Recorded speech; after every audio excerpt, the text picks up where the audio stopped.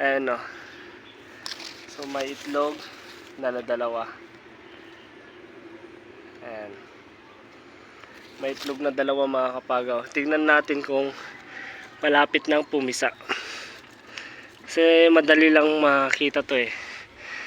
Ay, ayan o. Malapit na nga. Malapit na nga pumisa mga kapagaw. Ayan o. Yan yung kapartner niya.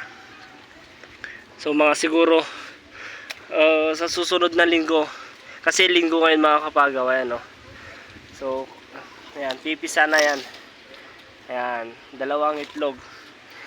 Sa susunod na linggo mga kapagaw, pupuntahan natin ito. Ayan. So doon, no, doon sa puno na yan mga kapagaw, hindi pa ako nakakapunta. Ayan, so pupuntahan natin mamaya kapag nakababa na ako rito.